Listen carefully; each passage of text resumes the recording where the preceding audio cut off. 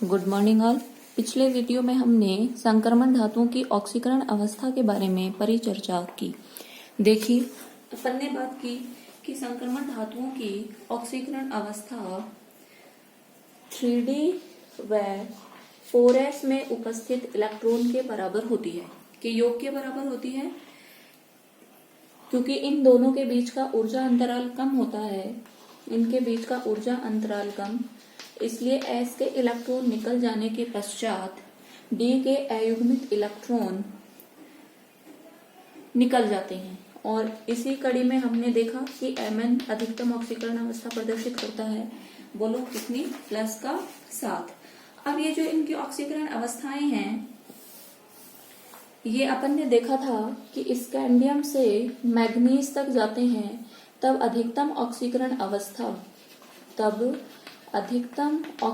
अवस्था बढ़ती है, और इसके बाद जिंक तक जाते हैं तो ऑक्सीकरण अवस्था का मान वापस कम होने लगता है। क्यों? क्योंकि मैग्नीज के बाद वापस डी में इलेक्ट्रॉन युग्मित होने लग जाते हैं। फॉर एग्जाम्पल, जैसे मैं आयरन लिखूं तो आयरन के लिए अपन लिखते हैं 3d6 4s2, और एक मैं लिखती हूँ मैग्नीज, इसके लिए लिखते हैं अपन 3d5 4s2। तो यहाँ पे देखें कितने s में कितने इलेक्ट्रॉन हैं? 2। d में कितने अयुग्मित इलेक्ट्रॉन हैं? 5। तो इसकी अधिकतम ऑक्सीकरण अवस्था कितनी हो गई? +7। लेकिन जैसे ही d में 6 इलेक्ट्रॉन हो गए, इसका मतलब d में कितने? 1 2 3 4 5 6 1 2 3 4 5 6 अपन इलेक्ट्रॉन्स बढ़ते हैं उनकी अधिकतम बहुल्यता नियम के अनुसार। तो देखिए यहाँ पे इलेक्ट्रॉनों का युग्मन स्टार्ट हो गया। कितने अयुग्मित इलेक्ट्रॉन बचे? 4, और 2 किसके हो गए? s के। कितनी होगी? 6। तो आप देख रहे हैं स्कैंडियम से मैग्नीज तक जाते हैं तो अयुग्मित डी इलेक्ट्रॉनों की संख्या बढ़ती है, इसलिए ऑक्सीडेशन स्टेट बढ़ता है। लेकिन मैग्नीज से वापस जब जिंक की तरफ जाते हैं तो इलेक्ट्रॉनों का युग्मन स्टार्ट हो जाता है, इस वजह से ऑक्सीकरण अवस्था कम होती जाती है। अब किसी भी धातु की कौन सी ऑक्सीकरण अवस्था अस्तित्व में होगी, ये धातु लिगैंड तंत्र की रिडॉक्स अभिक्रियाओं पे निर्भर करता है। उदाहरण के लिए वैनेडियम पेंटाफ्लोराइड बनता है, ऐसे ही वैनेडियम टेट्राक्लोराइड बनता है, और वैनेडियम ट्राइब्रोमाइड बनता है। देखिए, अब ऐसा क्यों? देखो, ऐसा इसलिए क्योंकि जब वैनेडियम +5 ऑक्सीडेशन स्टेट में होता है तो इस समय ये तीव्र ऑक्सीकारक होता है, और ऑक्सीकारक का मतलब क्या होता है? जो दूसरे का तो क्या करते हैं? ऑक्सीकरण, और सेल्फ का क्या कर ले बोलो? रिडक्शन। ठीक है। अब अगर इस वैनेडियम +5 के साथ में क्लोरीन, ब्रोमीन या iodine, chloride ion, bromide ion या आयोडाइड आयन, सॉरी ऐसे लिख देती हूँ, अगर ये आते हैं तो ये वैनेडियम +5 ऑक्सीकारक है, तो इनका कर देगा ऑक्सीकरण, और ऑक्सीकरण करके इनको कन्वर्ट कर देगा Cl2, Br2 और I2 में, और खुद का क्या कर लेगा? अपचयन, और अपचयन करेगा तो वैनेडियम +5 से किस में कन्वर्ट हो जाएगा? +3 या +4 में। क्लियर? देखिए, लेकिन अगर मैं बात करूं, इसीलिए ये नहीं बनता, VCl5 नहीं बनता, VBr5 नहीं बनता। क्यों नहीं बनता? मैंने समझा दिया रीजन कि +5 में तीव्र ऑक्सीकारक होता है, इसलिए इनका कर देगा ऑक्सीकरण और खुद क्या हो जाएगा? रिड्यूस्ड। इस वजह से ये इनके साथ पेंटा कोवैलेंट कंपाउंड जो है वो नहीं बनाएगा। लेकिन अब मैं बात कर लेती हूँ इसमें, बोलो किसकी? F- फ्लोराइड आयन की। और चूंकि ये फ्लोराइड आयन है, अपन को पता है इसका छोटा क्या है? आकार। इसकी विद्युत ऋणता बहुत ही क्या होती है? ज्यादा। और विद्युत ऋणता ज्यादा और छोटे आकार की वजह से ये वैनेडियम +5 इसको ऑक्सीकृत नहीं कर पाता, और ऑक्सीकृत नहीं करेगा तो इसके साथ जुड़ेगा और क्या बना देगा? VF5। सेम एज अगर मैं बात करूं ऑक्साइड आयंस की, तो ऑक्साइड आयंस भी साइज में क्या होते हैं? छोटे। विद्युत ऋणता क्या होती है? ज्यादा। तो ये V+5 जो ऑक्सीकारक नेचर का होता है, इनका इजीली क्या नहीं कर पाता? ऑक्सीकरण। इसीलिए वैनेडियम के ऑक्साइड आयन के साथ भी क्या बनते हैं? +5 वैलेंसी वाले कंपाउंड्स। क्लियर? आगे देखें, इसके अलावा जो अपना माध्यम होता है वो भी महत्वपूर्ण रोल प्लेस करता है कि कौन आयनिक होगा और कब क्षारीय, कब अम्लीय होगा, कब क्षारीय होगा। तो देखें, यदि माध्यम अम्लीय है, याद रखेंगे कि यदि अम्लीय माध्यम है तो अम्लीय माध्यम में निम्न ऑक्सीकरण अवस्था स्टेबल होती है। और यदि माध्यम कैसा है, क्षारीय माध्यम होगा तो उच्च ऑक्सीकरण स्टेट स्थायी होती है। इसीलिए जब संक्रमण धातु के हाइड्रोक्साइड, जैसे मैं ऐसे लिख देती हूँ, मान लीजिए मैं ऐसे ले लेती हूँ, यहाँ पे मैं ले लेती हूँ फेरस हाइड्रोक्साइड। अगर इसको आप वायु में खुला छोड़ देंगे तो चूंकि ये क्षारीय नेचर का है तो यहाँ पे उच्च ऑक्सीकरण अवस्था स्टेबल होगी, तो ये फटाफट किस में कन्वर्ट हो जाएगा, फेरिक हाइड्रोक्साइड में। ध्यान रखेंगे कि यदि फेरिक हाइड्रोक्साइड को वायुमंडल में फेरस हाइड्रोक्साइड को वायुमंडल में खुला छोड़ दिया जाए तो ये किस में कन्वर्ट हो जाता है, फेरिक हाइड्रोक्साइड में। ऐसा क्यों? क्योंकि क्षारीय माध्यम में इन संक्रमण धातुओं की उच्च ऑक्सीडेशन स्टेट क्या होती है, स्टेबल। ठीक है, आगे देखिए पाई लिगेंड। अब ये समझे क्या होते हैं पाई लिगेंड। ये मैंने बनाया पाई लिगेंड। देखिए पाई लिगेंड जैसे मैं बोल सकती हूँ CONO-RNC, या फिर मैं बोलूँ ट्राई एल्किल फॉस्फीन, या फिर मैं बोलूँ बाई पायरिडीन। ये कुछ लिगेंड हैं जिनको अपन बोलते हैं पाई लिगेंड। तो इन लिगेंड के साथ में जो अपनी मेटल होती है उसकी जीरो ऑक्सीडेशन स्टेट होती है। ध्यान रखेंगे, पाई लिगेंड के साथ में metal zero oxidation state show करती है। अब ये मैं CO के एग्जाम्पल के साथ समझाती हूँ। देखिए इस अवस्था में लिगेंड धातु से दो प्रकार के बंध बनाता है, एक बनाता है सिग्मा डोनर और एक बनाता है पाई एक्सेप्टर। तो देखिए डी ब्लॉक की धातु ले रहे हैं अपन, ठीक है। ये लीजिए धातु के मैं दिखा देती हूँ आपको, डी ऑर्बिटल्स, क्लियर। और ये अपन ने ले रखा है अपना लिगेंड CO, और ये इसके ये मेटल के रिक्त डी कक्षक किसके हैं बोलो, मेटल के। यहाँ M लिख देती हूँ। ये अपना बोलो कौन है, लिगेंड। और ये लिगेंड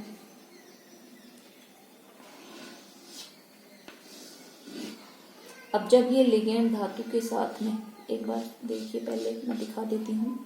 तो यहाँ पे जो बॉन्डिंग होती है वो होती है सिग्मा, और जो इनके एंटी बॉन्डिंग ऑर्बिटल्स होते हैं इनको मैं ऐसे शो कर देती हूँ, पाई एंटी बॉन्डिंग ऑर्बिटल। इनमें जब वापस ये डी कक्षक भरे हुए हैं, धातु के भरे हुए डी कक्षक, और ये वाले हैं खाली डी कक्षक, ठीक है। ये रिक्त नहीं है, ये भरे हुए हैं, भरे हुए। और जब ये इसको डोनेट करेगा तो बनेगी पाई बॉन्ड। अब समझें, देखिए मैं जो कहना चाह रही हूँ वो, मैंने आपके सामने एक संक्रमण धातु ले रखा है, ये उसके भरे हुए डी कक्षक हैं, ये धातु के वैकेंट कक्षक हैं, ये अपना एक लिगेंड है, ये लिगेंड के वैकेंट पाई एंटी बॉन्डिंग ऑर्बिटल्स हैं। अब देखिए मैंने कहा ये लिगेंड धातु के साथ में जुड़ता है तो दो प्रकार का व्यवहार करता है, एक करता है सिग्मा डोनर और एक किसके जैसे करता है, पाई एक्सेप्टर के जैसे। अब देखिए जब अपना लिगेंड डोनर की तरह बिहेव करेगा तो कौन सा वाला बॉन्ड बनेगा, सिग्मा। और जब अपना लिगेंड एक्सेप्टर की तरह बिहेव करेगा तो कौन सा वाला बॉन्ड बनेगा, पाई, ठीक है ना।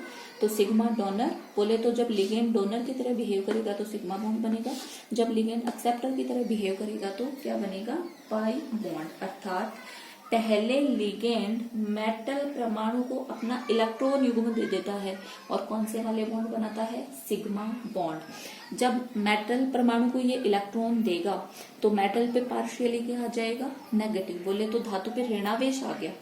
इस ऋणावेश को डीलोकलाइज करने के लिए धातु परमाणु अपने डी कक्षक लिगेंड अणु के रिक्त विपरीत बंधी कक्षकों के साथ कोलेटरल अतिव्यापन करके क्या बना लेते हैं, पाई बॉन्ड। सुनिए दोबारा, ये अपना लिगेंड, इसने धातु को इलेक्ट्रॉन दिए और सिग्मा बॉन्ड बना लिया, डोनर की तरह बिहेव किया। अब इस धातु पे ऋणावेश आ गया।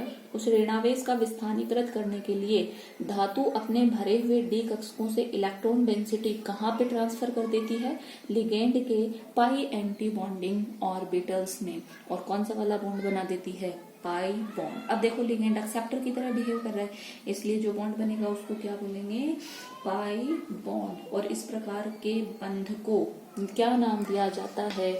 पश्च बंध, या अपन बोलते हैं बैक बॉन्डिंग। और इसीलिए यहाँ पे जो अपनी मेटल होती है उसकी ऑक्सीडेशन स्टेट कितनी होती है? 0। तो ध्यान रखेंगे, वेरी वेरी इंपॉर्टेंट, कि जो भी अपने पाई डोनर लिगेंड जो भी अपने पाई लिगेंड हैं उनमें धातु की ऑक्सीकरण अवस्था बोलो क्या होती है? 0।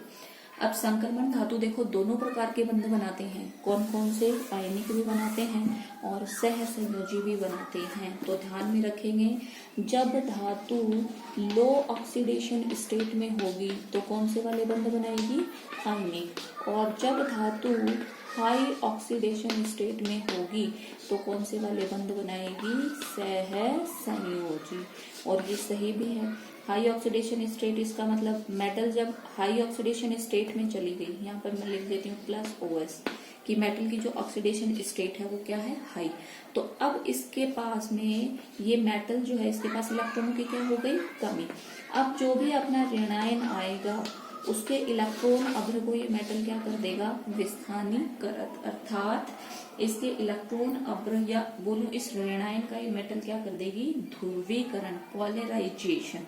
और ध्रुवीकरण बढ़ गया तो फाजान रूल के अकॉर्डिंग कौन से कैरेक्टर बढ़ गए? सह संयोजी। तो ध्यान रखेंगे, यदि मेटल लो ऑक्सीडेशन स्टेट में है तो आयनिक बॉन्ड बनाएगी, लेकिन जैसे जैसे मेटल पे चार्ज बढ़ेगा वैसे वैसे उसकी ऋणायन को पोलराइज करने की नेचर बढ़ जाएगी और फाजान रूल्स के अकॉर्डिंग उसमें कौन से वाले कैरेक्टर ज्यादा हो जाएंगे? कोवेलेंट। ठीक है, आगे देखें, जैसे जैसे इन धातुओं की ऑक्सीडेशन स्टेट बढ़ती है वैसे वैसे इनकी अम्लता और क्रियाशीलता भी बढ़ती जाती है। दोबारा सुने, मैं ये बोल रही हूँ कि यदि ऑक्सीडेशन स्टेट बढ़ेगी तो एसिडिक नेचर बढ़ेगा और साथ ही साथ धातु की क्रियाशीलता भी बढ़ेगी। ठीक है, फॉर एग्जाम्पल देखें कि अपना टाइटेनियम ऑक्साइड है या वेनेडियम ऑक्साइड है, क्रोमियम ऑक्साइड है, तो देखें इन ये जो होते हैं ये क्षारीय होते हैं, लेकिन Ti2O3 या फिर मैं बोलूं V2O3, Cr2O3 ये कैसे होते हैं? उभय धर्मी। और अपने CrO3 ये कैसा होता है? अम्लीय। तो देखें आप दोबारा सुनिए कि अगर धातु की ऑक्सीडेशन स्टेट बढ़ेगी तो उसकी एसिडिक नेचर बढ़ेगी, साथ ही साथ उसकी क्या बढ़ेगी? क्रियाशीलता। फॉर एग्जांपल यहाँ पे देखिए टाइटेनियम की ऑक्सीडेशन स्टेट क्या है? +2 +2 +2। तो ये लो ऑक्सीडेशन स्टेट हो गई। कैसे हो गए? क्षारीय। यहाँ पे देखिए टाइटेनियम की ऑक्सीडेशन स्टेट कितना हो गया? +3 +3 +3। तो ये कौन सी? इंटरमीडिएट आ गया, तो कौन सी? उभयधर्मी। लेकिन CrO3 में देखें क्रोमियम की ऑक्सीडेशन स्टेट कितना हो गया? +6, हायर ऑक्सीडेशन स्टेट, इसलिए नेचर कैसी हो गई? अम्लीय। तो आप लोग इनको ध्यान में रखेंगे कि अगर धातु लो ऑक्सीडेशन स्टेट में है तो कैसी होगी? क्षारीय। और अगर हायर ऑक्सीडेशन स्टेट में है तो अम्लीय। और अगर बीच की ऑक्सीडेशन स्टेट हुई तो अम्लीय गुण भी प्रदर्शित करेगी और क्षारीय भी, इसलिए कैसी नेचर हो जाएगी? उभयधर्मी।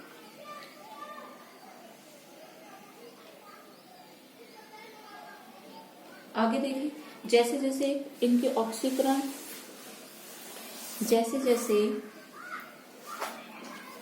जैसे जैसे ऑक्सीकरण संख्या बढ़ेगी वैसे वैसे इनके क्लोराइडों के जल अपघटन की प्रवृत्ति भी बढ़ेगी। वेरी वेरी इंपॉर्टेंट, कि जैसे जैसे ऑक्सीकरण संख्या अर्थात सहसंयोजी गुण बढ़ेंगे, जैसे जैसे सहसंयोजी गुण बढ़ेंगे ऑक्सीकरण संख्या बढ़ेगी, ऑक्सीकरण संख्या बढ़ेगी तो सहसंयोजी गुण बढ़ेंगे, तो उनके क्लोराइडों के जल अपघटन की प्रवृत्ति भी बढ़ेगी।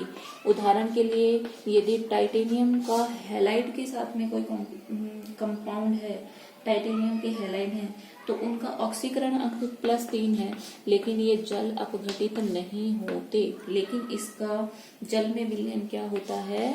स्थायी। TiH2O का 6 + का 3। ये जो जल में विलयन होता है ये इसका क्या होता है, स्थायी होता है, और इसी के कारण जल में विलयन स्थायी होता है, और इन आयनों के कारण, टाइटेनियम 3+ आयनों के कारण ही इनके जलीय विलयन का रंग कैसा होता है, बैंगनी। तो आप लोग ध्यान में रखेंगे, ऑक्सीकरण संख्या जैसे जैसे बढ़ेगी वैसे वैसे इनके क्लोराइडों के जल अपघटन की प्रवृत्ति बढ़ेगी। अब चूंकि टाइटेनियम के जो ट्राइक्लोराइड्स हैं इनका जल अपघटन नहीं होता, लेकिन जल में इनका विलयन क्या होता है, स्थायी, इसीलिए ये जो कॉम्प्लेक्स होता है इसका रंग कैसा होता है, जलीय विलयन बैंगनी।